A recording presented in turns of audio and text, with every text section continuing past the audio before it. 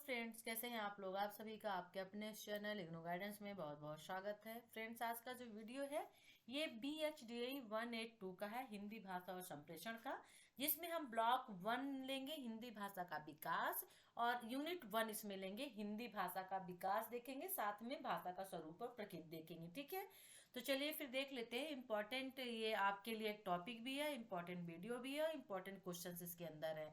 ये old video ही है जो आप लोगों को मिल नहीं पा रहा था, इसको फिर से मैं डाउनलोड करके और डिवाइस करके ला रही हूँ, तो आप इसे देख लीजिए। ठीक है, और आपके एग्जाम के लिए बेस्ट ऑफ लक। अपना एग्जाम अच्छे से दीजिएगा। वीडियो को लाइक कर लीजिए, शेयर कर लीजिए, चैनल को सब्सक्राइब कर लीजिए नहीं किया है तो।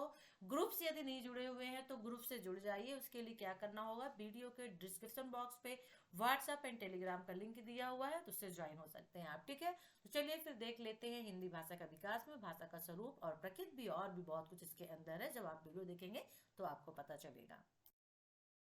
2.3 में देखिए भरोपी परिवार यहाँ पे है, तो यहाँ से हम तो देखेंगे ही, साथ में नीचे भी इसमें डिटेल में समझाया गया है।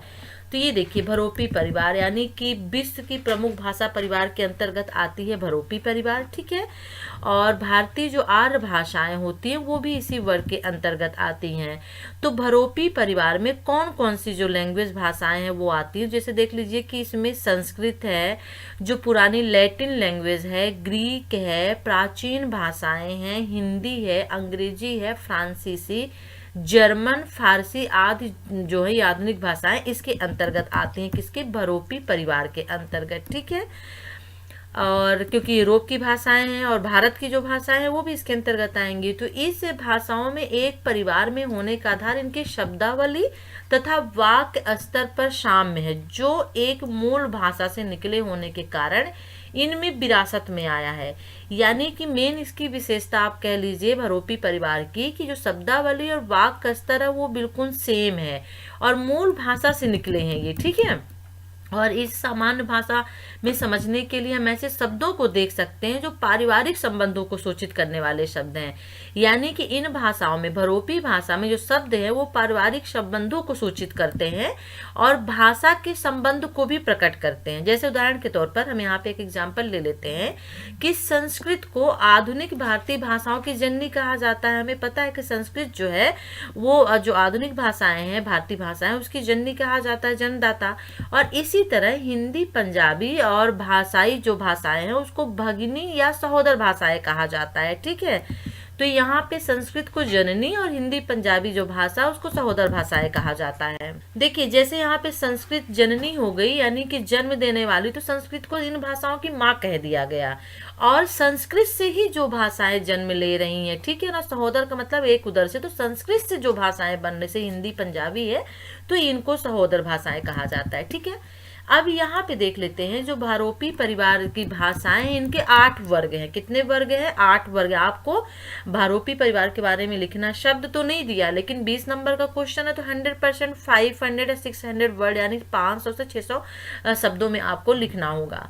तो भारोपी परिवार की जो भाषाएं हैं यहाँ पे 8 वर्ग हैं। अब ये जो 8 वर्ग हैं इन 2 वर्ग को यानी कि इनको 8 वर्ग में 2 वर्ग जो है 2 समूहों में बांट देते हैं। जैसे एक हो जाता है केटुम वर्ग और दूसरा हो जाता है शतम वर्ग। ठीक है, तो इसके जो वर्गीकरण इसका किया गया है तो केटुम और शतर वर्ग में कर दिया गया है। और केटुम वर्ग जो है उनमें भाषाओं में कई शब्द यानी का यानी सी से आते हैं और शतम वर्ग में उन्हीं शब्दों में का के स्थान पर शा का प्रयोग होता है।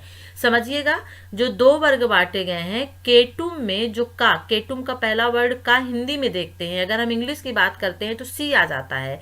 उसी तरह से शतम में यदि हम हिंदी में बात करते हैं तो वहां पे का आता है, लेकिन यहाँ पे का की जगह सा का प्रयोग किया गया है। तो केटुम में का और शतम में सा का प्रयोग किया गया। इस चीज को आपको ध्यान में रखना होगा। यानी कि यहाँ पे थोड़ा सा डीपली समझना होगा कि 100 ले के लिए लैटिन शब्द केटुम है और संस्कृत शब्द शतम है। यानी केटुम शब्द जो है वो लैटिन से लिया गया है, क्योंकि भारोपी परिवार में लैटिन लैंग्वेज को भी शामिल किया गया है और संस्कृत, हिंदी तो है ही है, और संस्कृत शब्द के लिए शतम का यूज किया गया। शतम से सा से संस्कृत हो जाएगा और यहाँ पे जो केटुम है वो उसके लिए यहाँ पे लैटिन शब्द का प्रयोग किया गया है। ठीक है, थोड़ा सा कंफ्यूजिंग शब्द है, इसे आप समझ लीजिए। इसको दो वर्गों में बांटा गया है, केंटुम और शतम में। केंटुम जो है वो लैटिन के लिए हो जाएगा, शतम जो है संस्कृत के लिए हो जाएगा, ठीक है ना। सिर्फ इतना आप इसको याद रख लीजिए। तो शतम यानी 10 संस्कृत, केंटुम यानी डेका ग्रीक के लिए। यूरोपीय परिवार के वर्ग तथा 8 प्रमुख भाषाएं निम्न प्रकार से। अब कौन कौन सी वो भाषाएं यहाँ पे देख लेते हैं भारोपी परिवार के अंतर्गत। वेरी इंपॉर्टेंट है, ये आपको लिखना होगा। यदि ये क्वेश्चन आता है तो आपको डिटेल देना होगा। केंटुम वर्ग के अंतर्गत केल्टिक, जर्मिक, इटैलिक, ग्रीक और अल्बेनियन इतनी लैंग्वेज आती हैं, ठीक है, केंटुम वर्ग में। और यदि हम शतम वर्ग की बात करते हैं तो अर्मीनियम, बाल्टो, स्लाविक और भारत ईरानी लैंग्वेज इसके अंतर्गत आती हैं, ठीक है।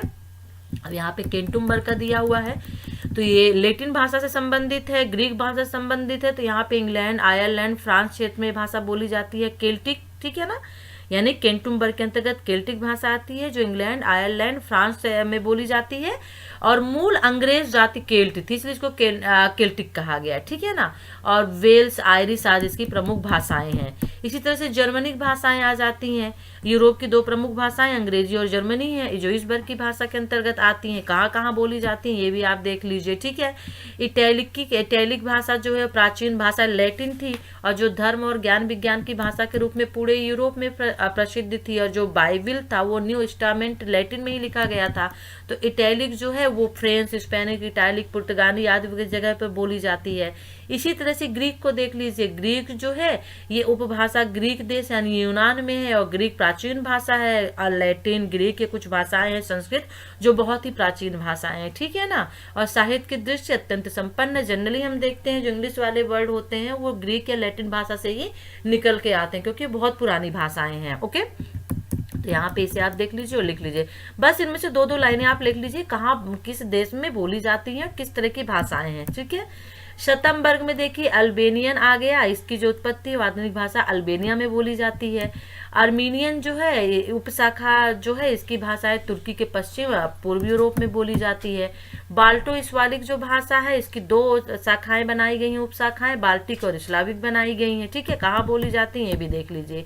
और 8 नंबर जो है मैंने बताया था कि 8 इसके वर्ग है, तो भारत और ईरानी भाषा है, ठीक है। तो उपशाखा जैसे ईरान और भारतीय प्रायद्वीप और बृहत भाषाएं बोली जाती हैं।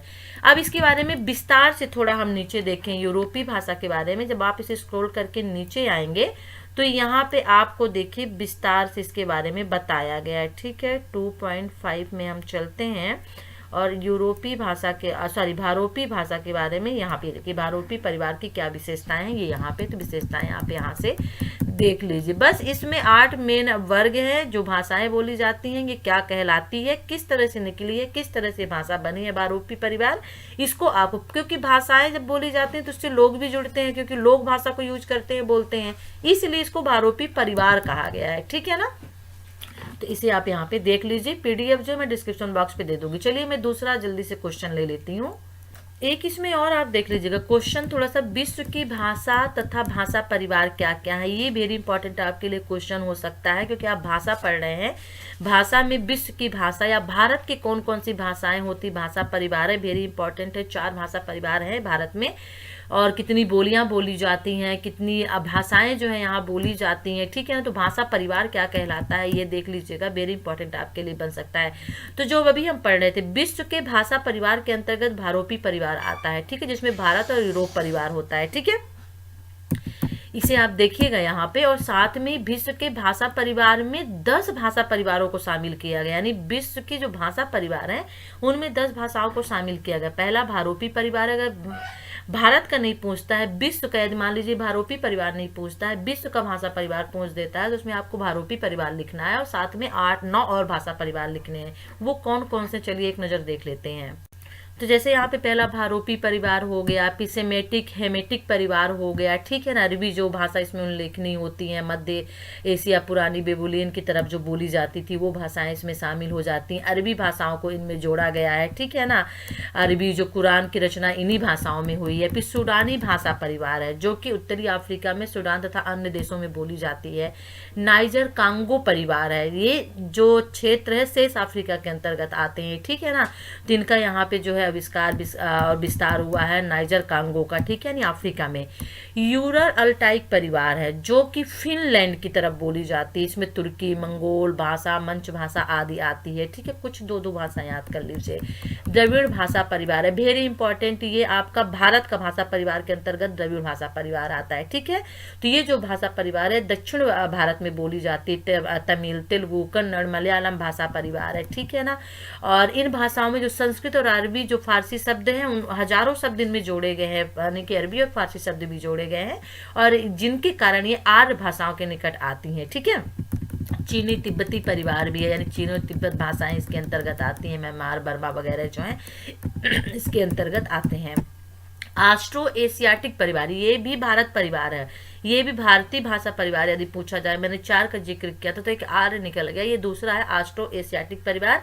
और इस परिवार का क्षेत्र भारत से लेकर पूर्व एशिया, इंडो चीन तक है, ठीक है, जहाँ पे कंबोडिया, खेम, वियतनाम वगैरह इसके अंतर्गत आते हैं। भारत में मुंडा भाषा आस्ट्रिक भाषाएं भी हैं जो कि बिहार की संथाली जात के लोग के द्वारा बोली जाती है, ठीक है। एक तीसरी जाति ये आपको मिल गई है मुंडा भाषा आस्ट्रिक भाषाएं, ठीक है। मलयालम पालेशियन परिवार अमेरिकी भाषाएं, तो ये जो 10 भाषाएं विश्व की भाषा परिवार है, इसको आपको याद रखना होगा थोड़ा सा। चलिए अब मैं यहाँ पे थोड़ा सा रह गया, ये देखिए यहाँ पे भारत के यदि भाषा परिवार की बात करते हैं हम, ठीक है, तो यहाँ पे देख लेते हैं द्रविड़ परिवार हो गया, मुंडा परिवार हो गया, ऑस्ट्रो एशियाटिक परिवार हो गया, ठीक है ना, ये जो आर्य परिवार हो गया, ये सभी भारत के भाषा परिवार कहे जाते हैं। अब चलिए यहाँ पे मैंने कहा था आपकी यूनिट 3 आ गई है, भारतीय आर्य भाषाएं। भारत के भाषा परिवार कौन कौन से, देखिए द्रविड़ भाषा परिवार, आस्ट्रिक भाषा परिवार है, और चीनी तिब्बती भाषा परिवार है, और आर्य परिवार भी है, ठीक है ना। यहाँ पे 4 परिवार जो है भारतीय भाषा के परिवार रखे गए हैं, वेरी इंपॉर्टेंट आपके लिए बनते हैं, आप भाषा पढ़ रहे हैं तो इसको आपको पढ़ना ही होगा, ठीक है ना। तो जो यहाँ पे भारत में 4 भाषा परिवार की भाषाएं बोली जाती हैं, ठीक है, वो जैसे देखिए यूरोपीय जो भारोपी भाषा परिवार की भारतीय आर्य भाषाएं हैं, तो आप सीधे इसको आर्य भाषा कह सकते हैं। आर्य भाषा में कौन कौन सी लैंग्वेज आती हैं, तो हिंदी, पंजाबी, गुजराती आदि इसमें शामिल हैं। फिर दूसरा आपका आ जाता है द्रविड़ भाषा परिवार, ठीक है, जिनमें तमिल, तेलुगु, कन्नड़, मलयालम भाषाएं बोली जाती हैं। तीसरा आपका आता है आस्ट्रिक भाषा परिवार, जिसमें मुंडा, खासी, संथाली भाषाएं बोली जाती है। चौथा है चीनी तिब्बती भाषा परिवार, जिसमें तिब्बती, बर्मी, मणिपुरी, नागा, मिजो आदि भाषाएं शामिल की जाती हैं। इसका ऑलरेडी वीडियो अवेलेबल है भाषा परिवार का, मैं डिस्क्रिप्शन बॉक्स पे आपको लिंक दे दूंगी, तो वहां से जाके बहुत अच्छे से इस चीज को आप समझ सकते हैं। ऑलरेडी इसका वीडियो बना हुआ है हमारे दूसरे चैनल ऑनलाइन प्रिपरेशन पे, ठीक है, तो इसको मैं आपको नहीं समझाऊंगी। द्रविड़ भाषा परिवार ये क्या है, आर्य भाषा परिवार क्या है, इसके सभी वीडियो अवेलेबल है, बस आप डिस्क्रिप्शन बॉक्स पे थोड़ा जाइएगा, चाहे वीडियो डाउनलोड कर लीजिए या फिर वहां पे आप उसको वॉच कर लीजिए, ठीक है ना। चलिए हम नेक्स्ट क्वेश्चन देख लेते हैं। तो चलिए अब अगला क्वेश्चन ले लेते हैं। 19वीं से 20वीं शताब्दी में खड़ी बोली हिंदी के विकास पर प्रकाश आपको डालना है, ठीक है, या फिर दूसरा एक क्वेश्चन सेम वही है कि हिंदी भाषा के विकास पर संक्षिप्त आपको टिप्पणी लिखनी है, परिचय देना है, यानी हिंदी भाषा का विकास किस तरह से हुआ, या फिर 19वीं से 20वीं शताब्दी में खड़ी बोली हिंदी के विकास पर प्रकाश डालना। चलिए इसका भी आंसर देख लेते हैं। तो यहाँ पे आप देख रहे हैं ये जो है आपको यूनिट 8 में मिल जाएगा, हिंदी भाषा का विकास, जिसमें देखिए यहाँ पे देखिए हिंदी भाषा का विकास भी है, ठीक है, किस काल में, हिंदी का आदिकाल और मध्यकाल का भी विकास है, और आधुनिक काल में हिंदी, जो हम आपको शताब्दी बता रहे हैं 19वीं से 20वीं शताब्दी में के बाद खड़ी बोली का विकास, इसका आंसर यहाँ पे है। और इसी तरह से आधुनिक काल में यानी हिंदी का विकास किस तरह से हुआ या खड़ी बोली का विकास किस तरह से हुआ, उसका भी आंसर आपको यहीं पे मिल जाएगा। और 20वीं शताब्दी में हिंदी का विकास कैसे हुआ, क्वेश्चन घुमा के पूछा जाएगा, लेकिन आंसर सबका एक ही निकलेगा कि हिंदी भाषा का विकास किस तरह से हुआ। हाँ, थोड़ा सा एक क्वेश्चन आपका बदल सकता है कि खड़ी बोली, क्योंकि हिंदी भाषा हमारी खड़ी बोली ही होती है, जो हम लैंग्वेज यूज कर रहे हैं, आपको इस वक्त जिस लैंग्वेज से हम आपको पढ़ा रहे हैं ये खड़ी बोली ही कहलाती है हिंदी, ठीक है ना। तो चलिए इसका आंसर हम यहाँ पे देख लेते हैं।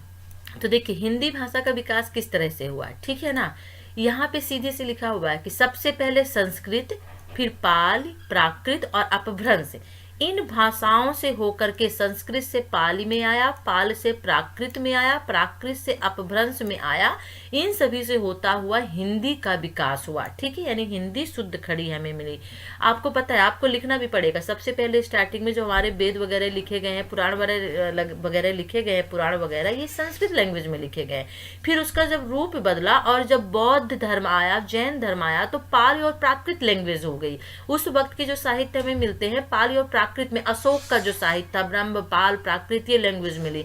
उसके बाद एक ऐसा युग आया जब भारतेंदु वगैरह का युग आया, तो इस युग में अपभ्रंश भाषा यूज होने लगी, यानी टूटी फूटी जिसे हम भाषा कहते हैं।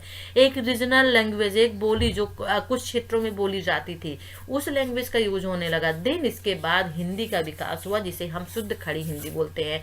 तो अपभ्रंश और हिंदी के मध्य भी एक भाषा की स्थिति बताई जाती है, और जिसे विद्वानों ने अवहट्ट की संज्ञा प्रदान की है। ठीक है, और इसी को कुछ लोग प्राचीन हिंदी भी कहते हैं। क्वेश्चन यदि प्राचीन हिंदी के विकास के बारे में आए तो आपको फिर एक्सप्लेन करके लिखना होगा। जिसे अवहट्ट कहते हैं वो प्राचीन हिंदी मानी जाती है। ठीक है, अब इसी तरह से यहाँ पे आप इसको एक्सप्लेन कर सकते हैं कि 1000 ईस्वी के आसपास प्रयाग तथा काशी तक बोली जाने वाली सैर सेनी मगधी अपभ्रंशों से ही हिंदी तथा उसके सभी रूपों का जन्म हुआ है। तो यानी अपभ्रंश, मैंने पहले ही आपको कहा है कि प्राचीन हिंदी का प्राकृत तथा अपभ्रंश का प्रभाव स्पष्ट रूप से दिखाई देता है। तो अपभ्रंश के बाद ही हिंदी भाषा की जो है एक नया युग माना जा सकता है, विकास माना जा सकता है। ठीक है, तो यहाँ पे देखिए 19वीं शताब्दी में भारत की राज सत्ता में फिर परिवर्तन होता है, अंग्रेज राज की स्थापना होती है, और यहाँ से समुचित ढंग से खड़ी बोली हिंदी का विकास आरंभ होता है, जो अभी हम पढ़ने वाले हैं 19वीं से 20वीं शताब्दी में वेरी इंपॉर्टेंट आपके लिए बन जाता है। ठीक है, तो क्वेश्चन यदि आता है हिंदी भाषा का विकास कैसे हुआ, तब भी आपको यही लिखना है। खड़ी हिंदी भाषा का विकास कैसे हुआ, तब भी आपको यही लिखना है।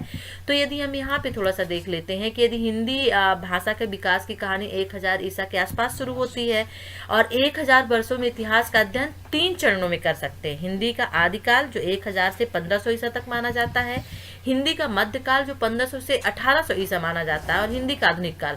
अब देखिए, यदि क्वेश्चन हिंदी का आधुनिक काल का विकास पूछा जाए, या हिंदी का विकास पूछा जाए, या हिंदी खड़ी बोली का विकास पूछा जाए, या 1800 से लेकर 2000 तक का विकास पूछा जाए, तब भी आपको आंसर एक देना है। सिर्फ 2 क्वेश्चन आपके अलग बनेंगे। हिंदी का आदिकाल जो 1000 से 1500 ईसा, जिसमें पाली भ्रंश प्राकृत भाषाएं आ जाएंगी। हिंदी का मध्यकाल जो 1500 से 1800 तक का, जो अलग होगा। इन दोनों को आपको थोड़ा अलग पढ़ना होगा, वरना आपका क्वेश्चन एक ही पूछता है, हिंदी का विकास या हिंदी खड़ी बोली का विकास। ठीक है, इसे आप देख लीजिएगा, आदिकाल मध्यकाल का। और जो हिंदी का खड़ी बोली का विकास है वो ऑलरेडी हम आपको समझा ही चुके हैं कि पहले संस्कृत थी, फिर पाल हुई, प्राकृत हुई, देन इसके बाद अपभ्रंश भाषा आई। अपभ्रंश के बाद जो है आपका शुद्ध खड़ी हिंदी भाषा का विकास हुआ। ठीक है, इसमें रचनाएं जरूर आप देख लीजिएगा थोड़ा सा। चलिए अब यहाँ पे देख लेते हैं 19वीं सदी के बाद खड़ी बोली का विकास, जो इम्पोर्टेंट है, जो आपका क्वेश्चन भी है। तो 19वीं शताब्दी तक पहुंचते पहुंचते भारत पर अंग्रेजों का राज स्थापित हो गया था, और उनके लिए आवश्यकता थी भाई अपने राजकाज को, अपने काम को चलाने के लिए उनकी यहाँ की वो भाषा सीखें। ठीक है, और उस समय यहाँ हिंदी की 2 धाराएं थी।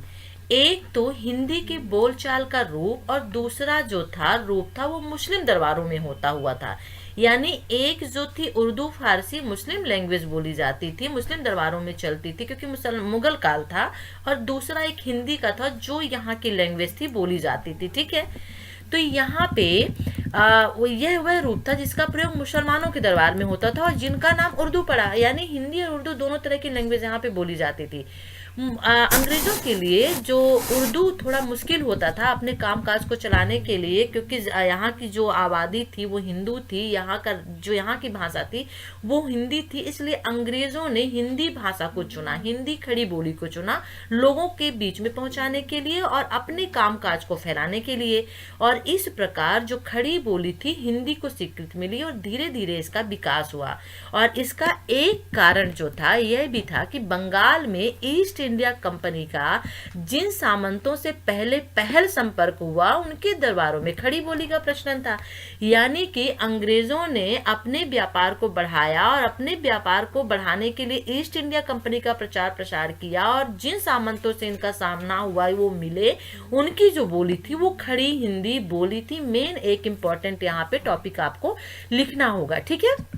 और अंग्रेज जो थे, अंग्रेज सरकार ने अपनी सुविधाओं के लिए और यहाँ पे मुद्रण यंत्र स्थापित करने के लिए खड़ी बोली और प्रेस का संबंध स्थापित हो गया। और इसलिए 19वीं सदी के आरंभ होते होते खड़ी बोली में अंग्रेजी से जो अनुवादित सामग्री होती थी वो प्रकाश में आने लगी। यानी कि 19वीं शताब्दी में हिंदी खड़ी बोली जो है वो बिल्कुल प्योर पूरे भारत में बोली जाने लगी। ठीक है, और हिंदी गद्य की आधारभूत भाषा बन गई। आपको ये सभी चीजें यहाँ पे एक्सप्लेन करके लिखनी होंगी।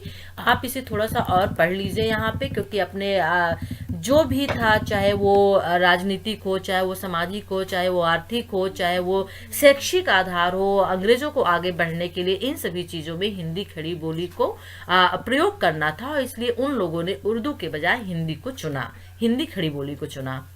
तो यहाँ पे आपको अंग्रेजों के काल में और उस समय के शिक्षा के काल में जिन जिन भाषाओं का प्रयोग हुआ और फिर जिन लोगों ने अपने साहित्य में जिन भाषाओं का यूज किया, ये आपके लिए वेरी इंपॉर्टेंट है। उन्होंने अपने साहित्य में, अपनी रचनाओं में जिन भाषाओं का यूज किया, जैसे यहाँ पे देख लेते हैं सिंहासन 32 यानी बेताल जो 25 आया था, शकुंतला नाटक आदि आया था, ये सभी जो है हिंदी खड़ी बोली में लिखे गए थे।